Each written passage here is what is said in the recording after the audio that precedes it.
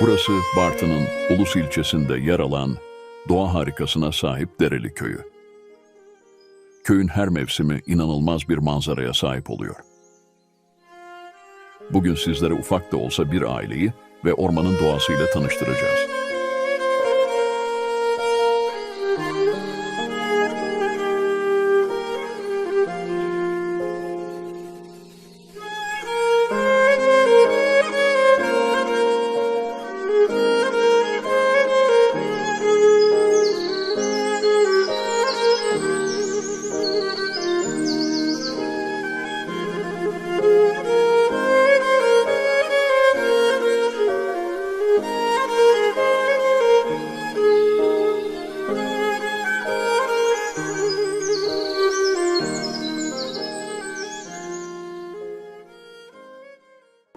Dereli Köyü'nde yaşayan bir ailenin reisi, Necip amcamız. Kendisi şeker hastası ve ayaklarından biraz sağlık sorunları var. Necip amcamız sabahları sürekli olarak erken kalkar ve ilk olarak havalar soğuk olduğundan sobasını yakar. Sobayı ilk yaktığınızda seçeceğiniz odunlar çok önemli. Necip amcamız da odunlar arasından en iyi olanları seçiyor.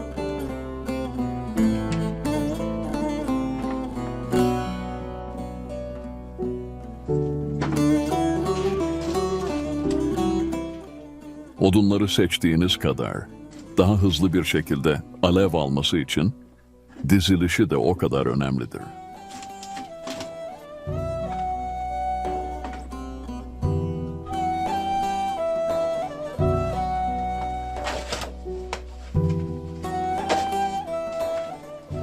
Necip amcamız sobayı birkaç çıra ve kağıt parçalarıyla çok basit bir şekilde yakmayı başarıyor.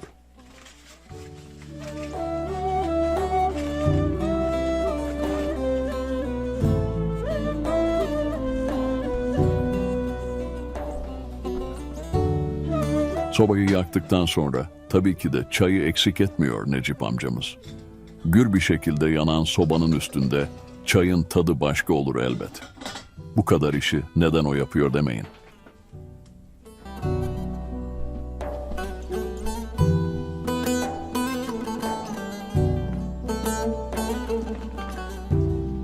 Evde çöpe atılacak yemekleri beslediği hayvanlara vererek değerlendiriyor Necip amcamız.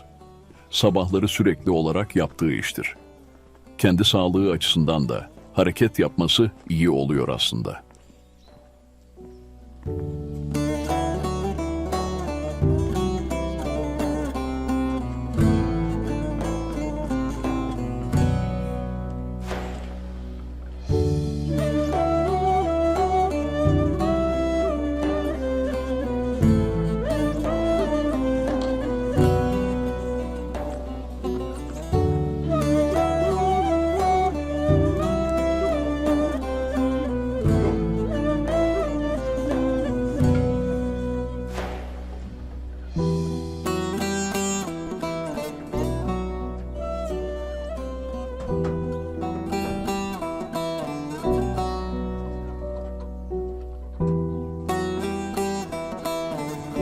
Tavukları salmadan önce yiyecekleri yemleri hazırlıyor. Daha sonra kafesin kapağını açık bırakacak ve tavukların yemlere nasıl saldırdıklarını göreceksiniz.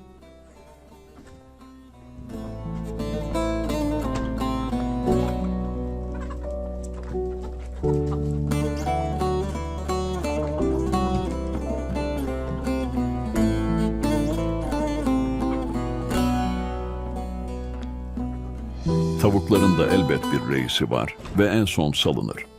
Dün komşunun horozuyla dalaştığından biraz yara aldı ve sinirli. Bu yüzden horozu ayrı bir alana koyuyor.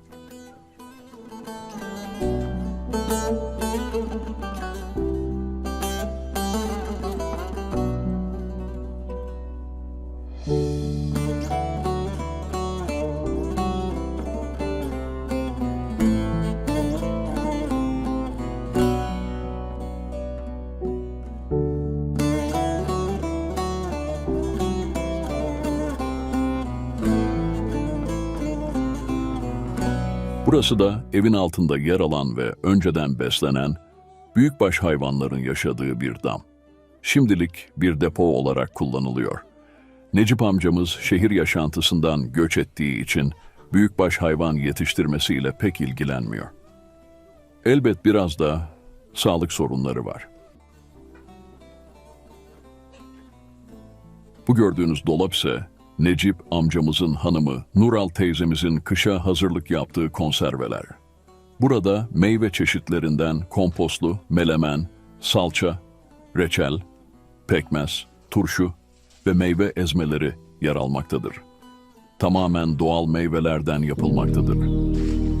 Nural teyzenin adı geçmişken sizleri o ve oğluyla tanıştırayım.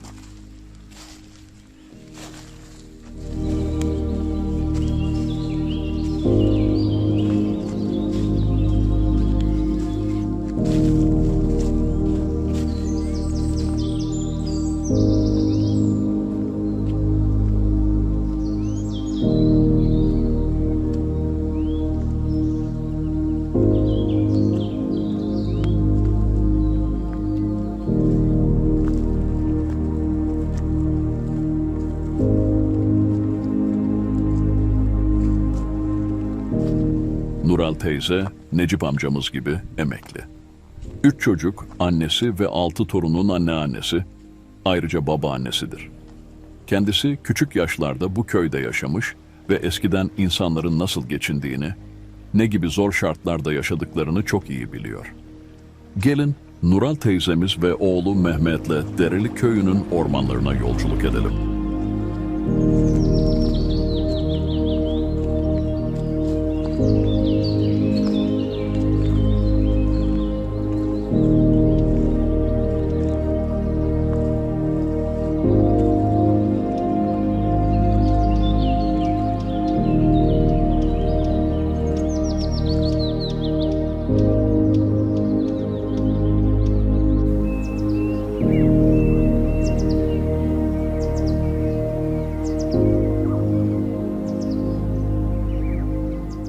Gördüğünüz bu yolda araç ile ulaşım yapmak zor. Bir pat ya da traktörünüz yok ise yürümek zorundasınız. Eskiden öküz arabalarının tarım arazilerine gelip giderken iz bırakarak oluşturdukları bir yol aslında. Köyde artık tarım olmadığından dolayı orman gördüğünüz bu yolu kendisine teslim almış durumda. Sizi bu doğa harikasıyla biraz baş başa bırakalım.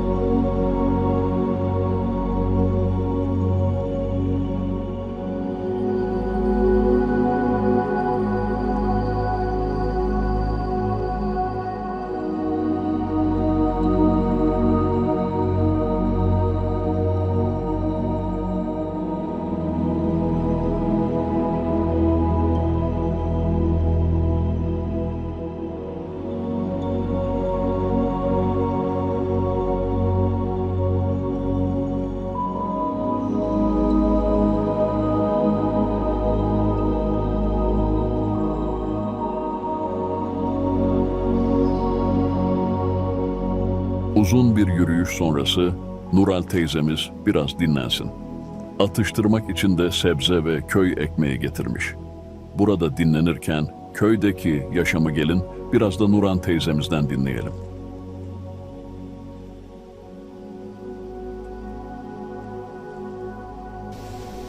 Şimdi her şey var bak.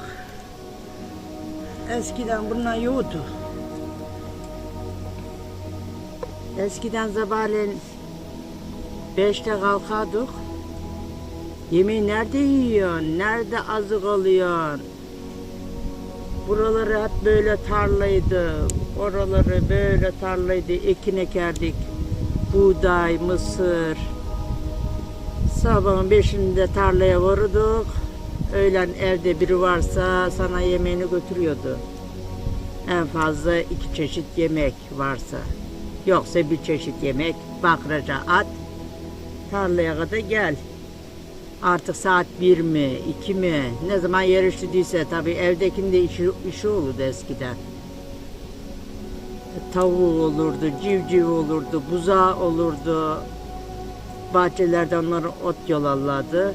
Yer üşüdüğü yerde de bize yemek hazırladı büyüklerimiz, ninelerimiz, analarımız.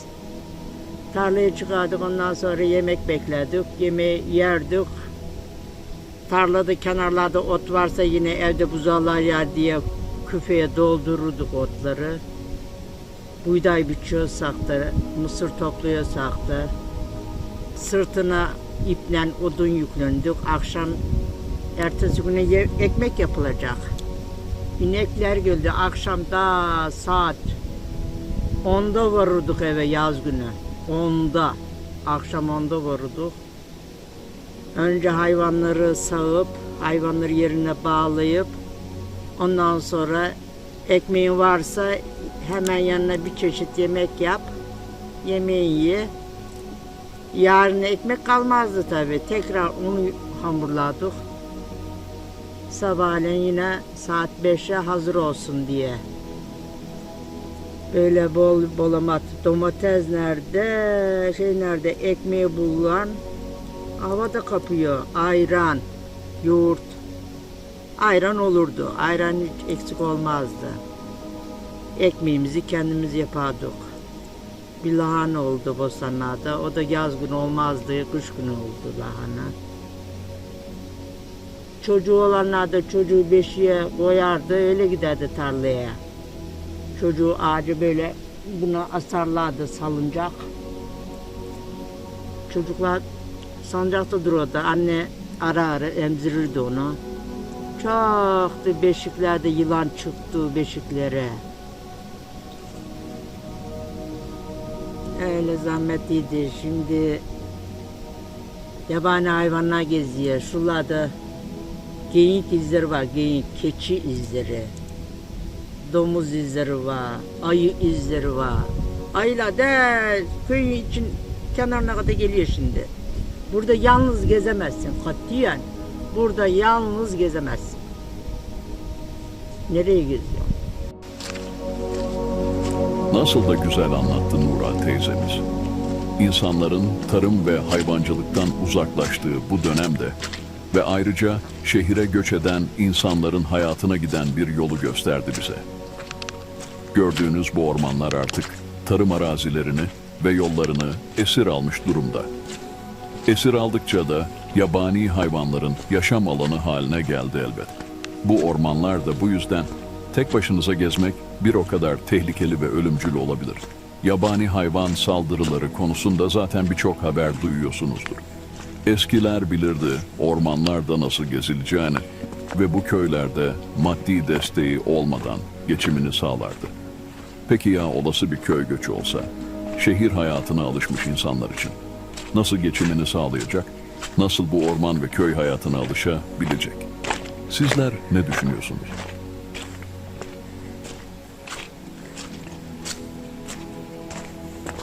Siz bu konuda düşünürken bizler de kısa bir orman manzarasıyla veda edelim. Bir sonraki belgeselimizde görüşene kadar kendinize iyi bakın.